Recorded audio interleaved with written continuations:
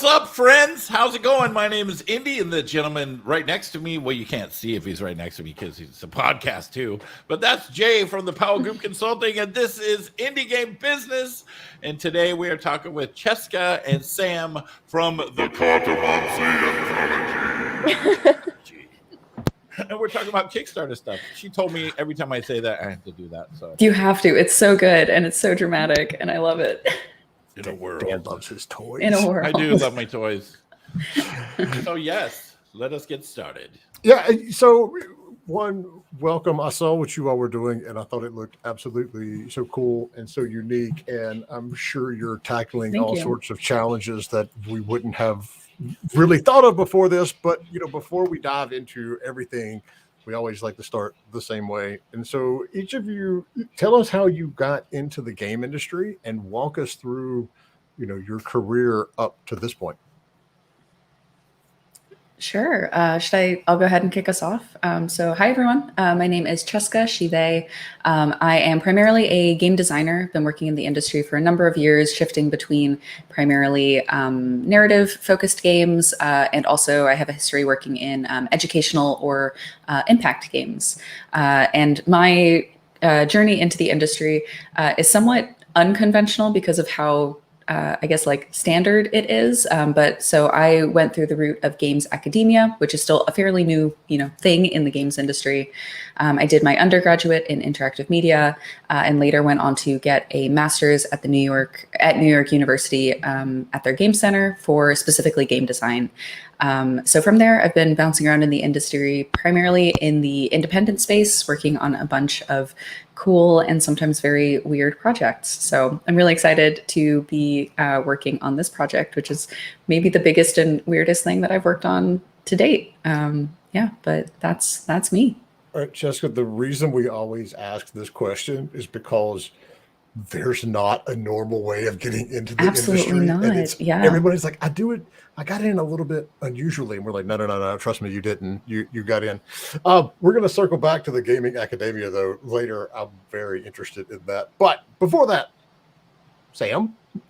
Yeah. Hey, everyone. I'm Sam, pronouns she, her. I'm a narrative designer and writer and freelance. I've been in the industry since fall of 2019. So I'm fairly new, but super excited.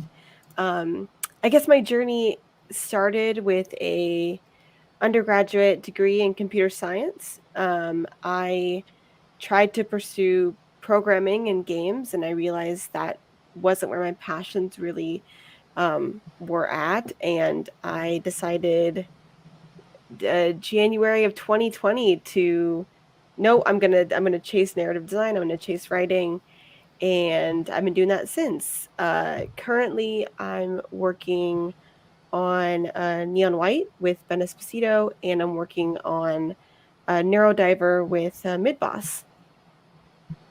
Awesome. So yeah, that's always the reason we ask. So, Jessica, real quick then, what is game? Because I've been doing this since that was not gaming academia was not even remotely a thing. Yeah. And Sam, I will say you could not have picked a more chaotic time to join the industry. But what exactly is gaming academia? What is all that? Yeah, I think it really varies depending on which school you go to. This is, just like a huge conversation, but our industry is still very new. Games academia is still very new. And I think still, figuring out how best to support students as they journey into this industry, which, as you said, is wildly, chaotic. And we move so quickly with the technology. It's really hard to keep up. And I find that games academia kind of falls into kind of two larger categories. There's the ones that are focused specifically on, more the technical skills, the building of games, kind of more as like a trade major, a trade program. So my undergrad was that. It was more focused on, how do we build games? How do we make games that are technologically impressive and cool? And how do we push that? And then there's schools that are much more focused on games as, a study, right? How do we critique games? How do we analyze games? How do we further this media, I guess, from a more intellectual kind of approach. So the Game Center is very focused still on, building games, crafting games, but we're also having these discussions of like, the big things of like, what is a game? Why are we doing this? And I think it's important to think about those things as, we practice and we make games and we think about why we're making what we're making and how the industry is going to evolve in the future. But yeah, games academia is still very new, and I think still figuring things out. As my thing that I do in my day job, I also teach game development online with an organization called Code Coven. So it's also been really interesting to see how online boot camps, online programs also relate to this world of games academia and how we can all support each other in getting like fantastic, great people into the industry. And how more schools should be teaching at least a basic business and or marketing course at some point. Yes, I cannot. Yes. That's literally the entire reason we started this podcast. Anyway, enough about that. So let's talk about Cartomancy. So Cartomancy is actually a real thing and it's a game. So walk us through that. So what is it both in real life practice, and then how have you converted that into the game right now? Sam, do you want to jump on this one? I was going to say, you could talk about Cartomancy, the actual practice, and then I can jump into the game aspect, because I know that you are a tarot practicer. Yeah. So So when we talk about like cartomancy and divination, we are talking about the practice of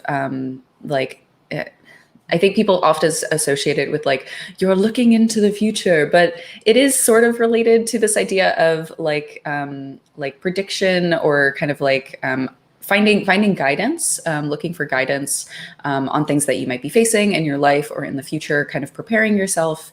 And we do this through like ritual and divination tools.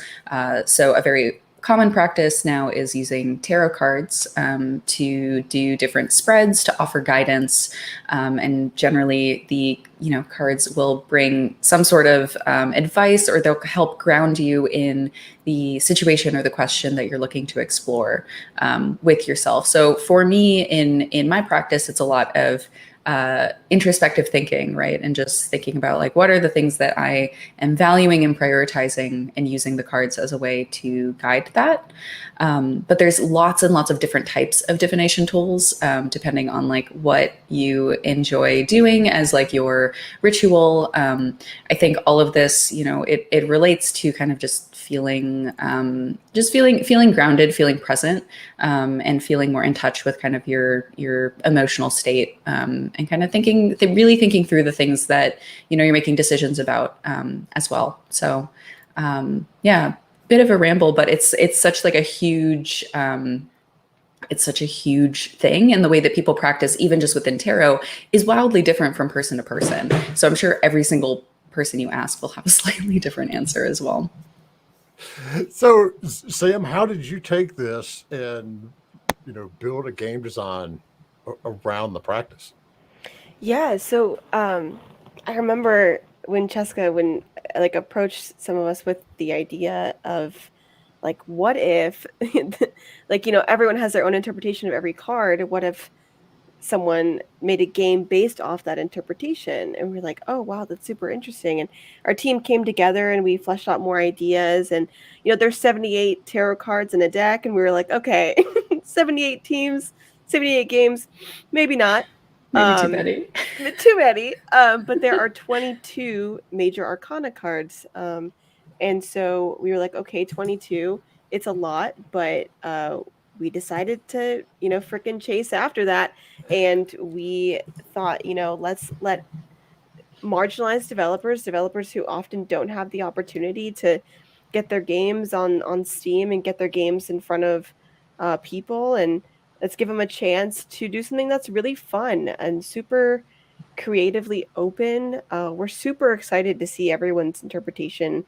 And yeah, I guess that's kind of how we turned that practice into like an interpretive game.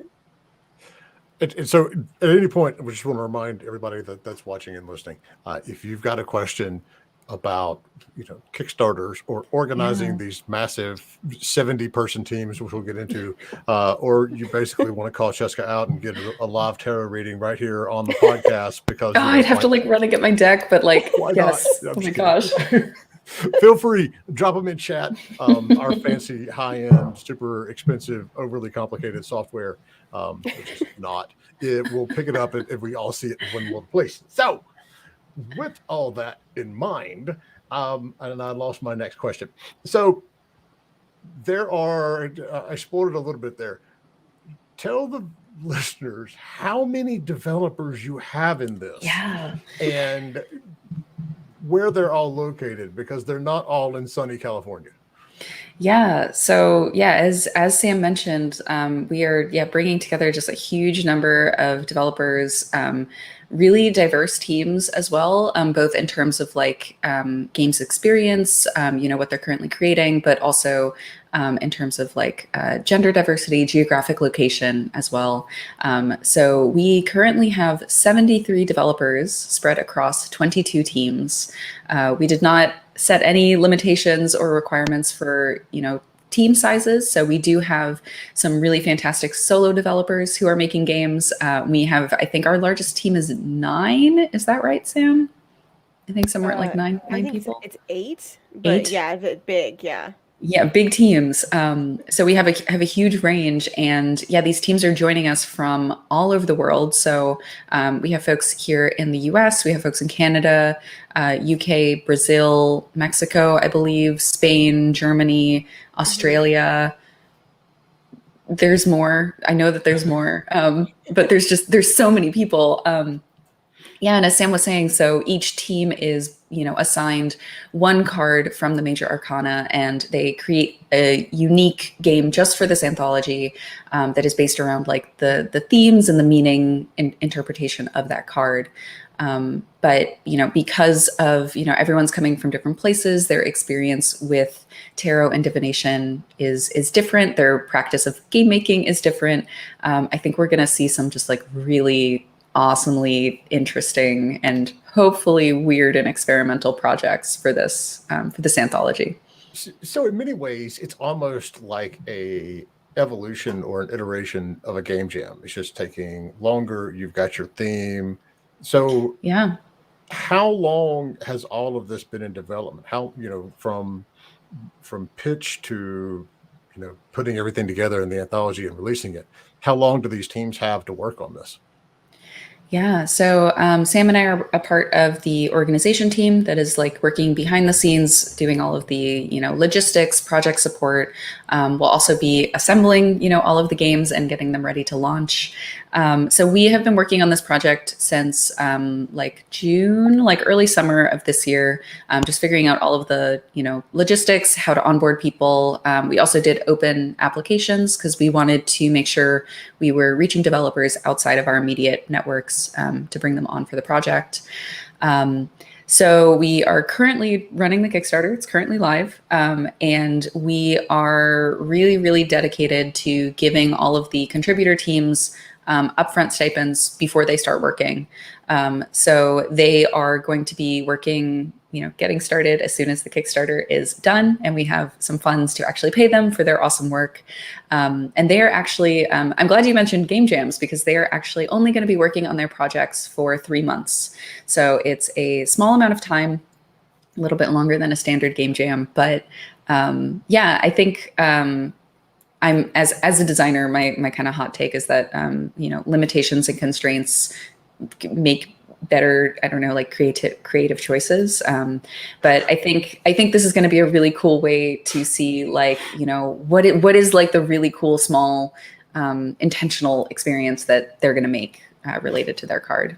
So I like the way you refer to it as confined time constraints, and the rest of us refer to it as stress. So no, but that's the thing, is that we really don't want this to be a stressful experience. What we've told the teams is that we are expecting a game that is maybe 10 to 30 minutes, something very, very small, very intentional. We're not expecting them to ship an entire game in 3 months. So keeping it very small. All right. So selfish question here, because getting out and reaching folks in the industry is always one of the biggest challenges. Like I'm going to give a shout out here to Liam and Indie Game Lover and Tom over at the Pitch Your Game thingy. They ran that, was it a week and a half ago? They had over 1,000 developers, pitching projects in it. And we reached out to some of them, from Indie Game Business, and they were like, oh, we didn't even know this existed. So how did you go about reaching out and telling developers who weren't in your immediate network about the project and how to get involved? Sam, do you want to jump on this one? I was just going to Twitter. Yeah.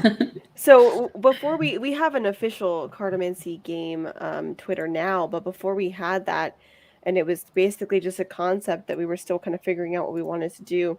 Francesca tweeted out, we're opening a call for contributors, and we didn't know how far it was going to go. I think we were just like, we'll retweet it, we'll post it in different Discords that we're a part of, but we don't necessarily we don't know everyone in that Discord, some really big ones, and let's just get the word out there and let's just spread this tweet as far as it can go.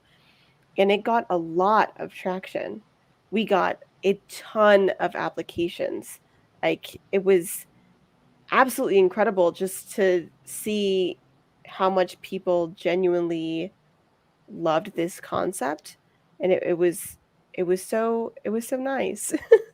Yeah, I think, naturally with, we have 73 developers. We have so many people on board for this project. There has been a lot of just organic outreach, kind of word of mouth style. We've also been, doing, as Sam said, reaching out to organizations that we know are aligned, right, in terms of, wanting to support really cool smaller independent work and creators who are just really, interested in more community driven projects as well. So what was the criteria that you used to select the teams and the projects that were going to go into the anthology? Yeah, and ultimately we were looking for, teams who are, number one, creating really excellent, interesting work. We were also looking for teams that, are used to or have experience making small scoped things. So yeah, definitely leaning more towards, the indie side where we know how to scope very, very small, scope very intentionally. And, also teams that are diverse and value inclusion and value diversity, and are actively participating in community as well. That was really important to us, that we are supporting people who are going to continue to give back to the community and continue to stay involved and share their knowledge and share their resources so other people can make cool games in the future. So you are on Kickstarter, and we'll share that link a little bit later. Thank you. You're about halfway through, I think, on the... Mm-hmm. What is your estimated launch date? When do you think it'll all be wrapped up and ready to go to market? Yeah, we're likely aiming for Q2 or Q3 2022. Again, the development time is fairly small, but yeah, we're trying to be generous to allow for some extra time for polish and assembly and getting everything packaged and ready to go. I'm sure nothing will possibly go wrong trying to... Nothing ever does in game dev. Everything is so easy. Not a problem. People struggle sometimes to ship the one game from their own studio, much less adding 21 other ones from 21 other studios to it. Yes. Not a problem. Yes. It is. This is fascinating because I do think we are... It's like we were talking about before we went live about how there are so many digital conferences right now. And the same thing is true with game jams. It's there's a game jam every single week if you want to get involved in it. And this is that next iteration. And it's something that I love the idea about it. All right. So the next question, you've got 22 cards in the game. How is that going to work? How, once it's all laid out into one fancy little project that goes live, how's it going to play out? Yeah. So the way that we are designing the whole experience, right, is we are the organization team. Also, like we're all developers. We are going to be creating kind of our own game, but the like what we're calling the hub space. So this will be a space that is branded as the like Cartomancy Anthology is branded. So what you see on the Kickstarter, the really, really cool like constellation circuit board, a kind of theming that our amazing artist Amy Kai did. And this is going to be acting as a launcher for all of the different experiences. So this will also be a space where you can actually do like virtual tarot pulls. So if you'd like to pull one card for a reading, if you would like to pull a small spread of cards and then play through those games for your interactive reading, you can do that as well. And then this space will be used as a launcher to jump into the different experiences. And then when you're done, you can come back. And this is something that we've seen in other anthologies, and we actually reached out to some of those teams. They were really generous in sharing kind of like how they structured their projects. I'll give a shout out to the Haunted PS1 demo disc. They do such a fantastic job of like showcasing really cool projects from really cool people. They've done 2 of those annually so far, but they use a similar format of having a launcher, and then they launch the different experiences from there. I constantly brag about the folks that do the IWOCon and the big thing that they did. And that was amazing to me that they pulled something off. And I've told the team this directly as well. I was like, I have seen, honest to God, conference event organizers not pull something off as well as you all did. And so I think it's a really good, means of getting new games out there, getting new people, new studios introduced to the world, because in this industry, it's all about what do you have done. And even if you have done something, maybe you haven't launched your own full game yet, but you've contributed a completed game to an anthology like this. Yeah. That's a huge feather in your cap. That's awesome. Yeah. Yeah, that's definitely something. I know Sam mentioned, the like, we have so many different teams joining us from different places. And something I'm really proud of and excited about is that we do have some teams that are joining us, as more established teams that are working full-time on games, on their own stuff, which is fantastic. But we also have people joining, like teams that have never been paid for a game before, who are making really fantastic work and just putting it out like on itch and sharing it with people, but haven't actually ever been like paid for a game or haven't had a game launch on like a major marketplace like Steam. So I'm really excited that like collectively we can all do that together. All right, Sam, and I really don't know which one of you has the harder job. Sam, you're the communication director. Francesca, you're the producer. So I am sorry, just a quick correction. So I'm like the overall like project lead. We actually have a fantastic producer on the project whose name is Masha, and they are running the show. But I would definitely say Sam has the harder job. Sam has been running things behind the scenes. I haven't produced a game in like over a decade, and back then there weren't really separations. Producer was everything. That was it. So congratulations on actually, being able to have different roles to do that. Yeah. Producers, that is why games ship, is because of good producers. We need producers. I'm a big believer. Yes. But my game shipped in, defiance of me being the actual producer. And so that's something that, and then, like this industry, then I became an executive producer. And so that's even crazier at certain points. Sam, how do you go about keeping everybody on the same page? What does your day look like as the communication director on a project like this? Yeah. It's really hard. This is actually, like I said in my intro, I'm in narrative design and I'm in writing, and this is completely different from all that. And I looked at my inspirations. I have like community managers and communication leads that I follow on Twitter that I find super amazing.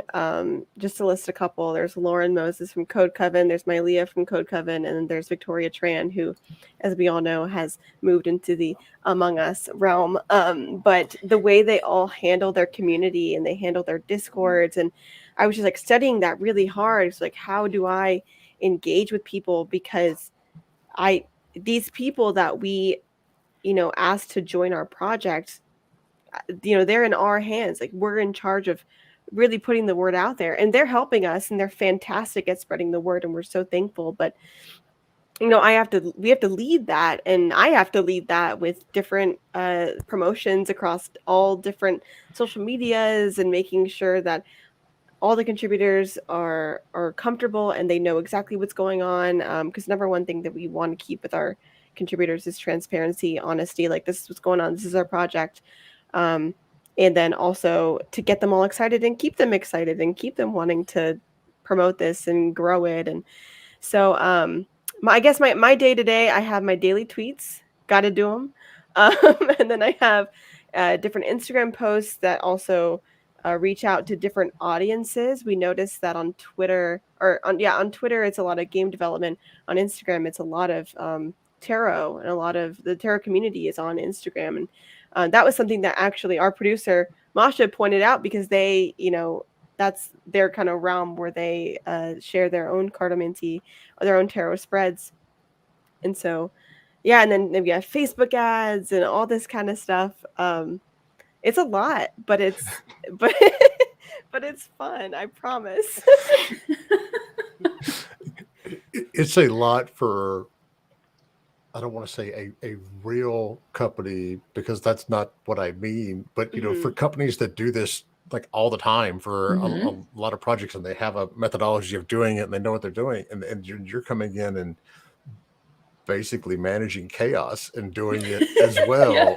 And especially with not having that background in communications, the beauty of this industry though is it changes so fast, and there are always new things to get out there. And like Pinterest, for God's sakes, I didn't know people were still on Pinterest, but they are, and there's a huge community for things like this. The companies that are successful in their communication and getting the word out are the ones who have learned to go beyond just the game press. And so the fact that you're engaging with the tarot community on Instagram and things like that, that's fantastic. Yeah, we were also really excited. And this ended up being a total coincidence, but Kickstarter actually launched like a magic and divination category, like within the last month or so, because there's just so many people on that platform who are funding that type of work and those types of projects. So it was really cool to see that like they are also supporting like, those creatives in that community. So it ended up being a total coincidence, but it was a good time to launch our Kickstarter. I'd like to get a shout out to our friend Anya over there, who's I know she's in charge of it. Anya.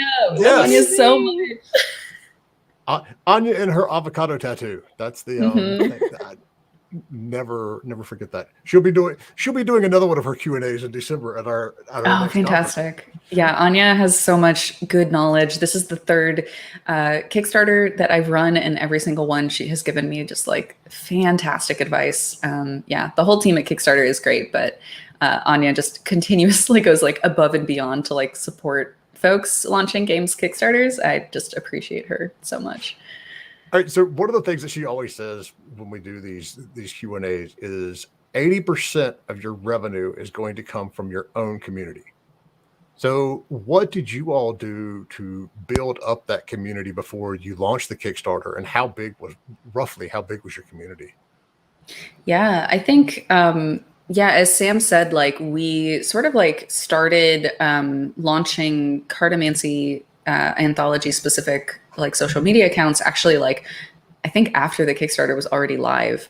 Up until then, we were really focused on doing individual, more personal outreach from each of the developers. So really using the natural reach, right, of 73 developers and 73 creatives who already have, they're making awesome work. They already have followings and they have communities of people who are interested in supporting them. So really making sure that we're tapping into that, and that, as Sam said, it trickles down, like we support the developers in reaching out to those communities and then bringing them back into this like collective, larger whole for supporting the Kickstarter. So Sam, when it comes to the communication externally as well as the communication internally. So what tools are you all using to both manage the outreach, but also manage the chaos within, the project itself?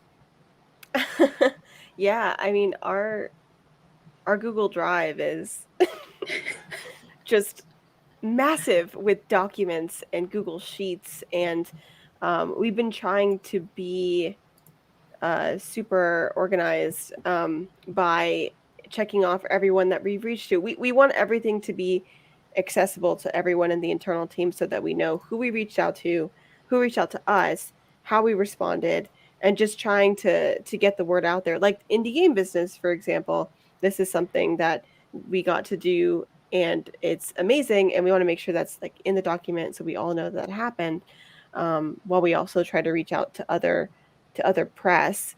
But besides that, it's just a lot of Google Docs. I don't know. Like it's a lot of writing and drafting and deleting, and there's a lot of checks and balances, I'll say, when it comes to the internal team, that we always make sure that all of our stuff, everything we do, is being looked over by at least one other person, to make sure that we're kind of reaching all of our options. And then I guess another thing is that we are sponsored by Code Coven, a fantastic organization, and they I am working with their community management, and they are giving me really fantastic advice and assistance on making sure that I am doing the best that I can, while also like being really smart about it. So I'm not overworking, I'm not burning out, and I'm reaching out all the communities that I can, and I'm making sure that I'm continually growing, because I feel like our main community, that reflection, is probably on Twitter. And for starting, when we started the Twitter, I think in October, and having 400 followers, it's something that I'm so proud of. You build a community slowly, one at a time, and yeah, I've been really grateful to have such a great support system of community leaders, to make sure that I don't fail, I don't falter. Yeah. You can't dramatically fail at this industry. It's a matter of which iteration of learning you're at. That's Right. it. Because I like that a lot. Yeah. Truthfully, Sam, if you did it perfectly, you're never going to learn anything. Right. We all have to screw up and fail every now and then, or we just keep going along. But yeah, that is one of the wonderful things about the industry, is because it isn't one of these like cookie cutter, this is how we make a movie and this is how we distribute a movie and this is how we vote. It's not. And so you've always got things that you can do, later on after launch. Take the games individually, drop them on different itch channels, and so there's so much that you can do. Don't worry about it. You can't screw it up too much. I think also like this project is like wildly unconventional, Yes, and it is. we are like a lot of the things that we take for granted in like certain like game stuff or production things, we have had to like question, right, and like iterate on and figure out like what is actually going to work. Because as Sam mentioned, like we have just a pile of documentation and things for the internal team, but we also really try to be as transparent as possible with the contributing developers and figuring out how to like catalog information for them. They're also super busy. They have other projects. So figuring out how to organize, how to make announcements, how to communicate with them so that we're all on the same page, right? Yeah. Sam's like, it's a lot. Notion pages out the wazoo. Love Notion. Yes. Love Notion. It's funny because I feel like our internal team also, it's like we wear many hats kind of, and we have a bunch of different skill sets that really benefit each other. Amy Kai was mentioned briefly. She's our artist for this project. Super fantastic. But she is amazingly organized. Like fantastic. I have never met someone more organized and more, driven and focused than her. And the way that she was able to like take a look at our Google Drive. I remember because I started it and then she came in, she was like, "Oh my God, can I reorganize this?" I was like, "Please, please." Like I'm a game designer. I love spreadsheets. I really like spreadsheets, but like, gosh, when I see like Amy do a spreadsheet, No one I'm does it like, like Amy. no one does it like Amy. Yeah, so grateful that she is on this team. Yeah, I never have a problem when somebody comes in and looks at one of our processes and says, can I reorganize this? I'm like, hell yes. You can absolutely run with it. Go. Yeah. So everyone, Sam's not on camera right now because what you don't know is that she's chain smoking Marlboro Reds with a pistol beside her, and we're just very stressed out. Yeah. Please back the Kickstarter. And Jill from LinkedIn says, y'all are doing amazing. I can't imagine how overwhelming this massive undertaking is. And all of you are doing fantastic.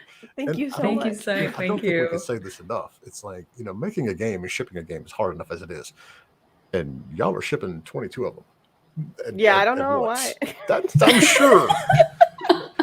No bumps in the road. You'll be fine. Perfect. No, it'll be no problems. No problems. And you're porting it to like 3 other platforms, and you've got a massive. No, I would cry. I don't know.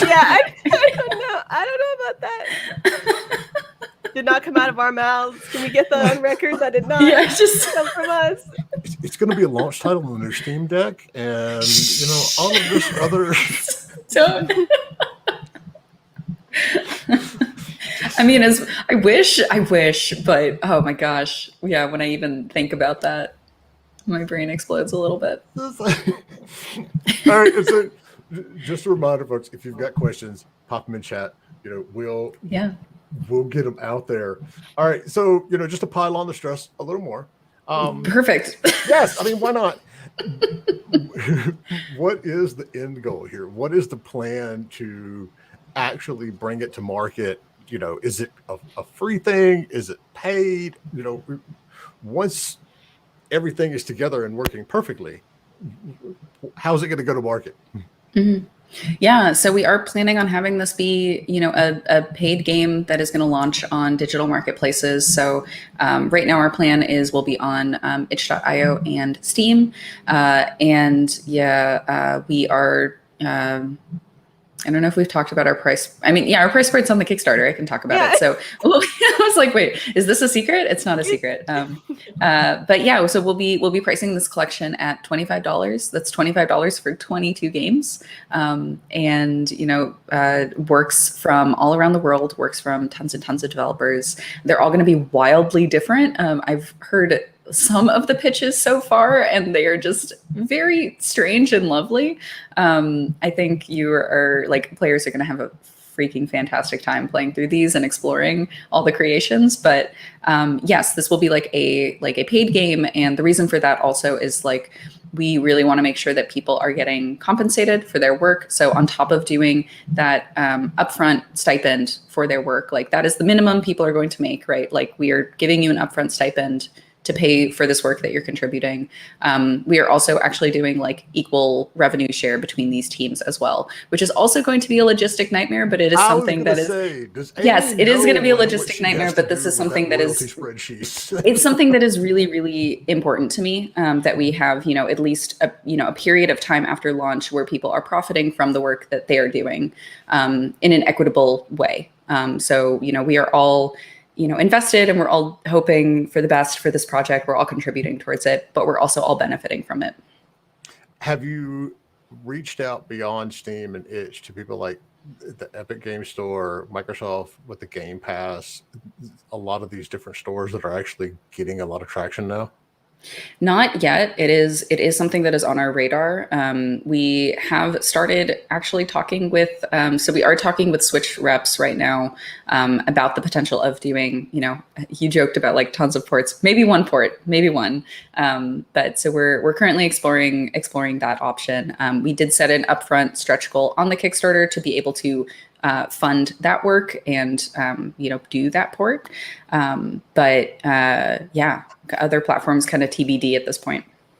Yeah, I mean, there has been enough growth in especially the Microsoft Store and the Epic Game Store, that I would absolutely, and we can help get you in touch if you need it. But that'd be great. Thank you. Those are fantastic other revenue sources, because it's like, granted, nobody knows the exact number, but we can estimate about 80% of the revenue PC games come from Steam. But there's a lot of other options out there as well. Even I found myself playing games again just so I can get the freaking achievement points on Xbox through Game Pass. It's like, yeah, I haven't played this in a while, and so let's fire that up and go from there.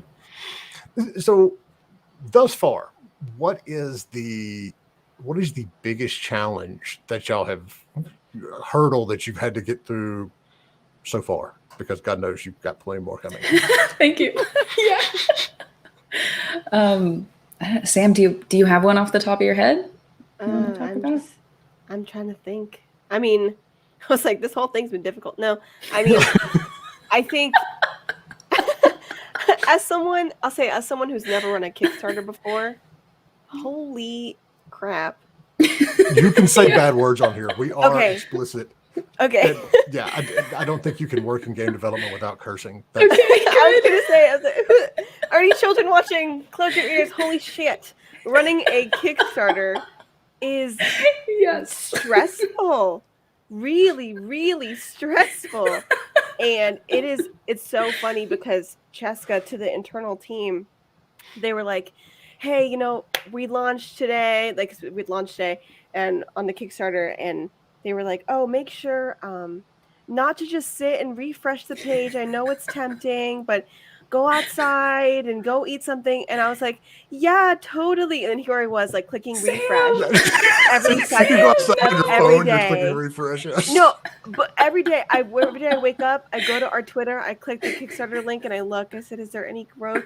And it is. You can't not stare at it, and I feel like we're all gonna be stressed until it hits the goal. And though I truly believe that we will, I think we have a fantastic project. I think a lot of people really love it, and I think it's gonna happen. But it's gonna be a wild ride until then. Yeah, I'm like, because the reason I said that is because I remember my first Kickstarter. I don't think I slept. I don't think I ate. I don't think I drank any water for the first. I think I only drank coffee for like the first 24 hours. I was so like, oh my gosh. And that's also like, the first day, the first 24 hours is so important for setting up that momentum for a project. It's just, I don't know. Yeah, it's always terrifying. I don't want to pretend that this time I was like, yeah, I'm so relaxed. It's fine. Like I was. Yeah, you were, because you're like, I got Sam to do this now, and so. No, I'm trying to be like, a pillar of calm on the team, being like, I have kind of done this before, but like I'm equally stressed out all the time. So we're in this together, absolutely. And the good news is, only 5% of what you're raising on Kickstarter goes to Sam's Marlboro Red and whiskey budget. So listen, it's all good. Don't worry about it. I'm just kidding. Please back us. So all right, let's do the flip side of that question. What so far has gone better than you expected and has been like the wonderful thing you've taken away at this point? Can I start? It's the organization team. It's just everyone on it is incredible and doing such good work. When I started this project, when I was like, could we do this? Is this a thing that we could do? So Sam was the very first person I reached out to. And I think Sam is always like encouraging and enabling all my like weird ideas, which I really appreciate. I am. As we talked about, like Sam has been doing like such excellent work, just making sure that everyone is, supported and on the same page, and that we are, reaching our community. I also want to call out, we've mentioned Masha a couple times. Masha is joining us as our producer and has been a producer, I think, for like 10 years. They are bringing so much expertise and knowledge to how we're running our internal team, how we're doing our process, how we're doing everything.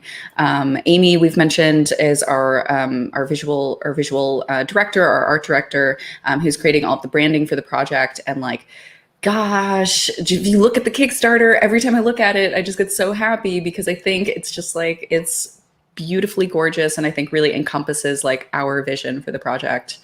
And then we also have Tara, who's joining us as our technical lead, and is managing, kind of figuring out like all of the setup, right, and all of the supporting the teams in terms of technical requirements and how we're feasibly going to build this thing. And without her expertise, like that would also not be possible. So for me, it's every single person on the organization team has been just like, we can curse, so they're just kicking ass, like doing such good work. So yeah, it's given me so much like confidence that this is a project that will work, and we will likely be able to do stuff like this in the future as well. One of the most random movie quotes that I always think of on projects like this, and I think applies in our industry far more than people would think, was from the original Smokey and the Bandit movie from like the 80s. What a throwback. Yes. Yeah. And, you know, he comes in there and he's trying to convince him that they're going to go on this, you know, giant beer run. And he says, we can't do that. No one's ever done that. And Burt Reynolds goes, well, we've never not done it before. And I think that's it. I mean, that's a lot of what, you know, projects like this come along, you know, and people are like, well, that's not going to work. You know, no one's ever done that. It's like, well, to our knowledge, no one has ever not done it either. So let's run with it and see what happens. So, you know, assuming all goes well, you know, this is something that you want to keep doing. Well, I mean, hell, even assuming it doesn't all go well, you know, after this one's over, is this something that y'all want to keep doing down the line and keep, you know, iterating and putting out things like this? I think for me, like, absolutely yes. But I've been talking a lot, so I would love for Sam to chime in. I mean, yeah, definitely. I've been thinking about, you know, what if this project doesn't successfully, you know, finish on Kickstarter?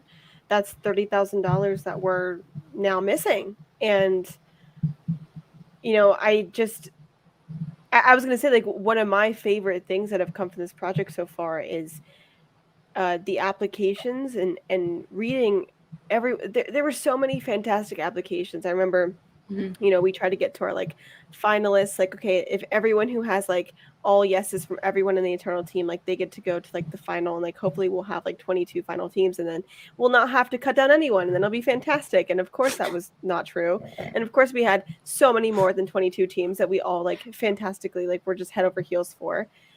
But just the contributors are so fantastic. And when we like launched our Twitter, there was just like so much support and so many people who are being so supportive, and it's so great. And I don't want to let them down. You know, if this Kickstarter doesn't succeed, I want to keep going. Like, let's keep pitching. Like, let's find a publisher. Let's find like alternative methods of funding, because I think this is a really fantastic project. And if we fail on Kickstarter, if we like don't get our goal, I don't think it is a failure. I think it's just a hurdle that we're going to overcome to make this project what it is. Like, there's so many fantastic projects that don't fund on Kickstarter, but then they find another way. And then there are a lot of projects that do fund on Kickstarter and are fantastic. So either way, I love Francesca with all my heart, and I would I'll cry. She says that now. That's yeah, interview us in 3 months, and then exactly. Yeah, when we get closer to launch, we'll just be like, oh God. Can't do the interview right now. I am on an airplane headed to San Francisco. Don't tell Cheska, but I know where she lives. There we go.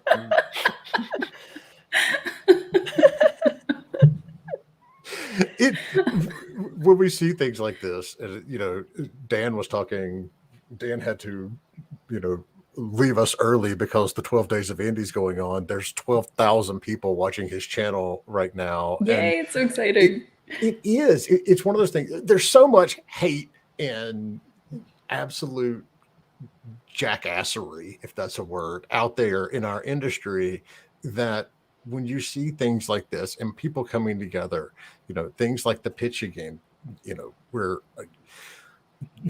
if any of you developers want to know how the competition is out there, there's 250 some games released every week on Steam, and over 1,000 teams pitched projects in one day on Twitter for Pitch a Game. Seeing these things and seeing the industry come together and people being supportive, it makes it all better. Because if we didn't have that, I've been doing this for almost 25 years, and there's many a time when I'm like, I don't even know why I'm doing this anymore. This is absolutely mentally draining. And then I just, I go to a conference, or I go and I see the next generation of developers coming in, and they're so happy and they're so positive and everything's going to be great. And, the back of my head's like, oh shit, just wait. But Yeah, it keeps you motivated, and it's good to go out there and see a lot of good people doing good stuff like y'all are doing. Yeah, thank you. I really appreciate that, because I think that's why we're really interested in like pursuing more, community-based projects and community-based support networks, and like bringing a lot of people together towards a common goal that is very, very intentionally transparent and not based around like financial exploitation. We feel very strongly about this. But yeah, I super, super agree also that, I'll call out that like the average career in our industry for marginalized people is like 5 years. And then especially for people of color and gender minorities, like everyone, it's hard to be in this industry. It's especially hard if you're marginalized. And like most people leave after 5 years, and we're losing so much good talent, right? And so many fantastic people that could have gone on to create fantastic things, right? And it's just like that really bums me out. So I'm really glad that like we as an industry are like shifting towards, I don't know, just more kind and accessible work practices and spaces. It's a journey, but we're getting there slowly, I think. You know what makes that even sadder? If they're making it to 5 years and even over that is a drastic improvement in the last 10 years.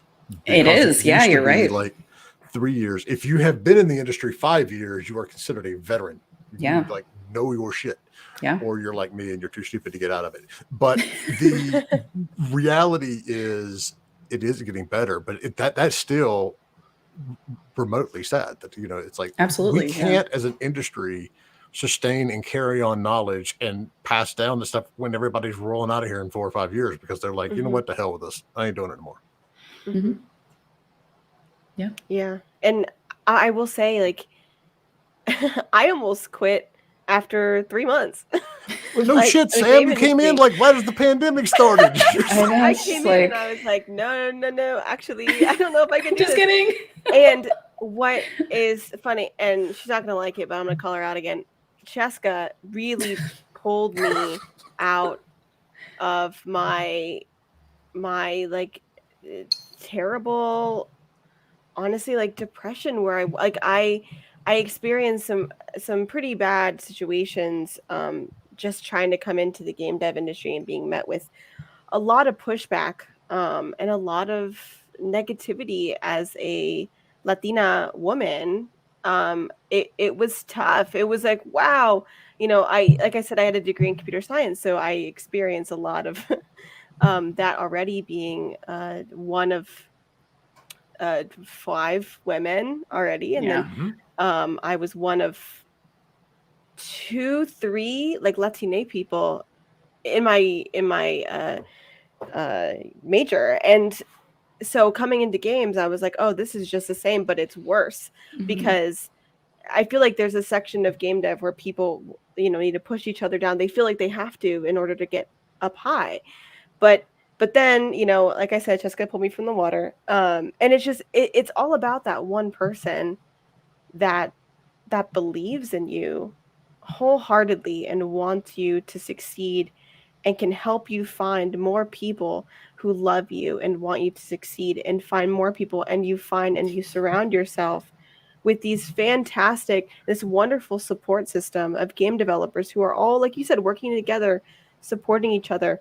But that is so difficult. It is so rare. It was so rare for me to find someone like Cheska. It was such a coincidence.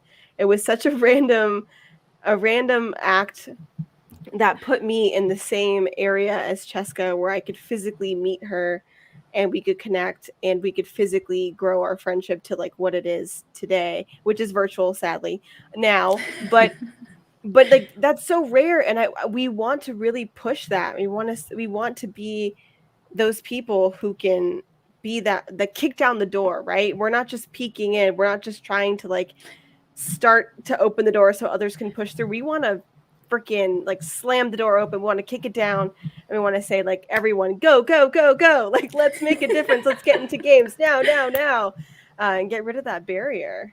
Like is one of my big goals, at least in this project and future ones, hopefully. Yeah.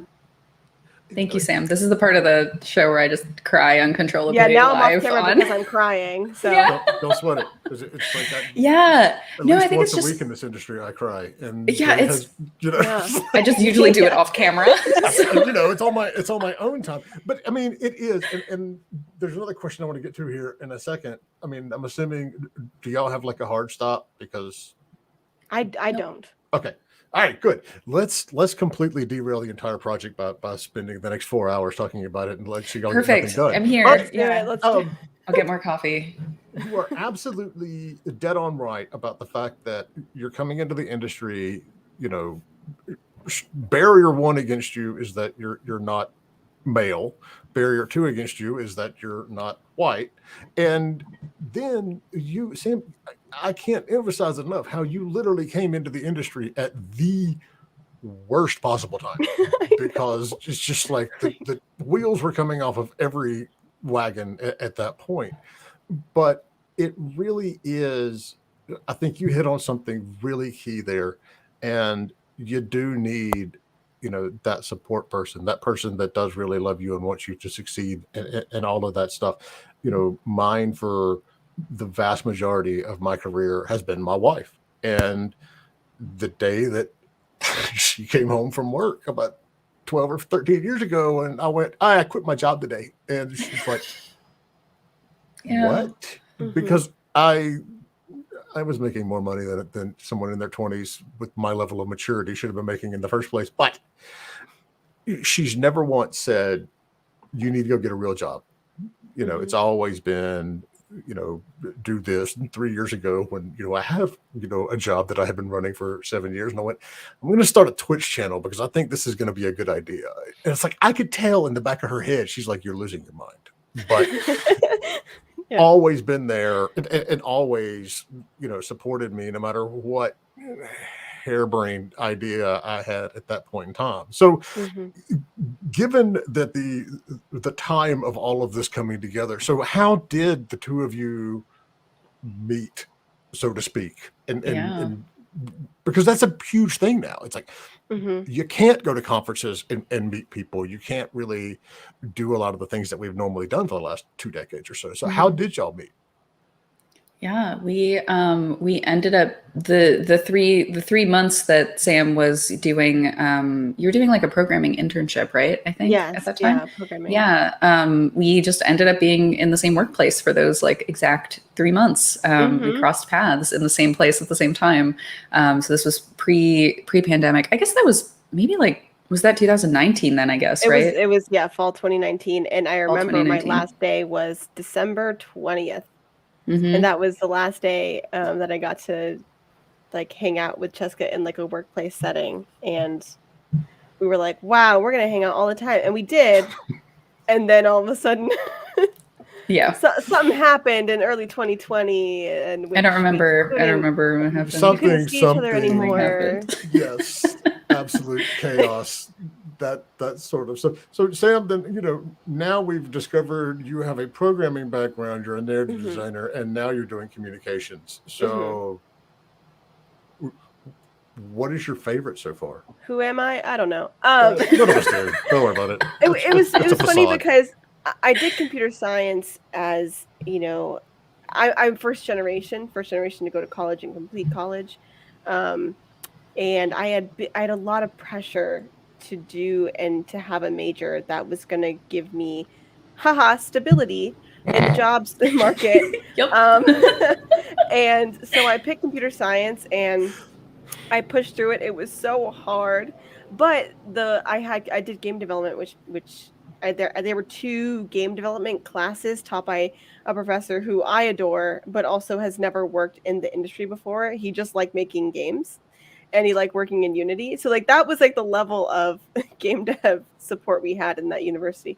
But I minored in creative writing, and I am a fiction writer, and I love writing so much. So when my internship ended, that's when I was, spiraling and like, oh my God, like what do I do? Because I love and respect all programmers, but programming just isn't for me in terms of games. Like it just is not great. I will do it if I have to, but it's not great. And that's when I first got into writing, which was fun. But the narrative design, I think, is such a passion of mine. Being able to be a narrative designer, like I said earlier, for my first like big job in games is with Ben Esposito. Shout out, he's a fantastic developer, and being able to do actual narrative design work. I didn't know what that was, but I knew that it had narrative in it and I wanted to do it. And Cheska is a game designer. And I was like, I want to do what Cheska's doing because, I was like, Cheska's amazing and I want to do Thank you. I want to do what they do. I love that. Programmers also think that's great. I need a programmer. Thank you. We all support each other here. But yeah, I would say we have a narrative design wonderful is my community. favorite. We all know that we're crazy. We all hate what we do. Just kidding. But yeah, but being communications lead is a lot of fun because I'm learning a lot. I'm terrible at Twitter. I don't tweet because I'm so nervous about like what comes out of my mouth. Here I am blabbing. But running the Cartomancy Twitter is really helping me be more social, which is nice. Mm-hmm. Coming from another person who was first generation on half of my family side college as well, I can say that you did a better choice in your major than I did. I walked out of school with a degree in English literature, so not a lot that was actually going to be useful for. Thank God I found games. But I do love how computer science in college and everybody that goes into it, it's like, oh, I'll be a programmer and I'll make all this money work. And that's the way computer science is. It's like you can do well and you can make a lot of money, with a computer science degree, or you can go into games. Which is what we all do. They are completely mutually exclusive. That's that's the worst of it. But I mean, it is. And I was, I'm always very interested to see, folks like you, Cheska, who are in the, gaming academia, because this is an industry where it's like your degree doesn't really matter. It's what you've done. And that's always the first thing that I'm quick to tell professors and high school teachers when they're like, hey, will you come talk to our kids about the game industry? And I'm like, yeah, sure. But don't expect me to come in there and go make good grades and go to college and get a degree, because yes, it's helpful, but it doesn't really. I super agree with that. Yeah. And that's something that I also I work with students. I work more with like adult learners now, mostly. And I teach online. We teach intro to game making. We run, online accelerators and incubators for game developers. And a lot of them, are considering should I go back to school? Should I get a formal degree in games?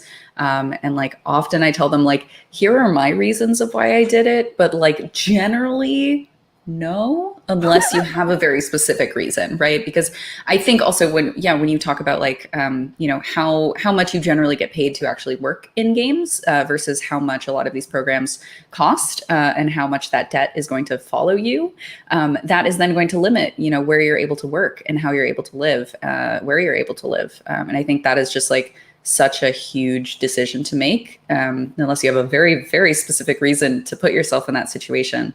I think often the answer is no, but it's complicated, right? But don't even get me started on all these schools that are give us 40 grand and we're going to give you a piece of paper that says you're a game designer. That's not how it works. That's not how any of this works. So it is good. I mean, And on one side, though, if you need to learn skills, you have to learn skills somewhere. I mean, if you haven't done programming, and there is something to be said of it. It's just my overall ire is that they don't teach business and marketing. Anyway. Yeah, I think that's such a huge thing, right? To be sustainable, right, in your practice and to support yourself, you need to have that knowledge. And most of us are just learning by doing it and doing it terribly, and then doing it a little bit better with iteration. Well, that's how I learned it, and so we started this to yeah. make it a little easier for everybody else. But yes. All right, so we are a little bit over our time, and I do appreciate you all coming on and, of course, this answering has been all the hard fantastic. questions. Yeah. All right, so this is where you get to plug stuff. Tell everybody where they can go to support the Kickstarter and support you all and learn about the project and that sort of stuff. Sam, kick us off. All right. I mean, where do we want links? We got a Kickstarter. We got a Twitter. We got Yeah, actually, are we able? Can I post links in like the Twitch chat and stuff? Is that a thing I can do, or a thing you could do? Oh no, probably not. Send it to me, and I'll put it in there. Cool. I'll put it in here. Awesome. Thank you, Sam. Yeah. Yeah, I think the biggest place to find us right now is that our Kickstarter is currently live, and we are going until the end of this month. So we would really, really love your support. Anything that we raise, above our actual goal, goes directly to bigger stipends for contributors, so we can get everyone paid to make really, really awesome games. So please support us on Kickstarter. That's like the primary big place right now that we need your support. All right, and we just posted that in Thank you. in the chat. And so what's the Twitter address? It is Cartomancy Game. Gotcha. And to keep it simple, it is Cartomancy Game for Instagram as well as Facebook. Mm-hmm. Look at us, so organized. Find us on all the places. Find us in all the places. Just search for Cartomancy Game. There you go. We've got the Twitter right there. Thank y'all so much for coming in and spending your Friday morning drinking coffee and shooting the shit with us. It's awesome. What you all are doing is fantastic. It is brave the right word? I think probably it is the right word. Thank you. And absolutely wish y'all the very best. And if there's anything that we can do over here on this side to help, let us know. Super appreciate that. Yeah, thank you. This has been so much fun to more officially meet you, not on the Twitters, and to chat with you for a bit. So yeah, thank you so much for an awesome conversation. Just for clarification, I think the conversation that you and I had over Twitter is probably the longest conversation I have ever had with anyone over Twitter, because like Sam, really, yeah, I'm honored. I'm not good at it, and I don't know how to follow me. So yeah. Okay. Good to know. All right, so go support this fine project at Cartomancy Game. It's on Kickstarter. It's on Twitter. It's everywhere. With that, we'll let y'all go, and we will be back next week with somebody. Don't ask me hard questions. I hope everybody has a wonderful weekend. Thanks, folks. Thank you.